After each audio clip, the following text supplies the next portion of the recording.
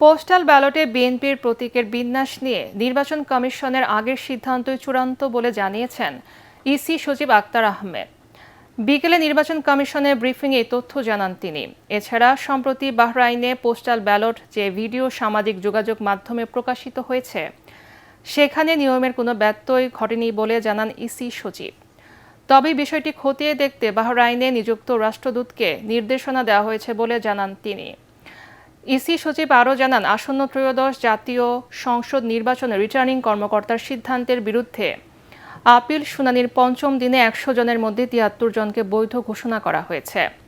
১৭ জনের মনোনয়ন বাতিল ও ১০ জনকে স্থগিত করা হয়েছে। এদিকে ইসি এই সিদ্ধান্ত নির্বাচন প্রশ্নবিদ্ধ হবে বলে জানিয়েছেন বিএনপির স্থায়ী কমিটির সদস্য নজরুল ইসলাম খান। ব্যালট ছাপানোর দায়িত্বটা যার কাছে আছে তার কাছ থেকে জেনে বলতে হবে। I am not ready on that.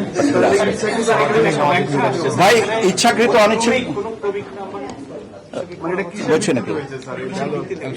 আমার যতটুকু জানা আছে সেটা হচ্ছে যে আমাদের যে গেজেটটা পাবলিশ করা হয়েছে, সেই গেজেটের ধারাবাহিকতা যেভাবে আছে সেই অর্ডারেই করা হয়েছে।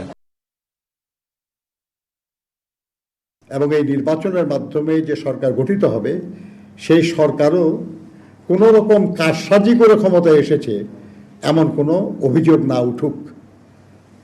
কিন্তু এই যে আপনার এনআইডি কার্ড নিয়ে, বিকাশ নাম্বার নিয়ে, এই যে আপনার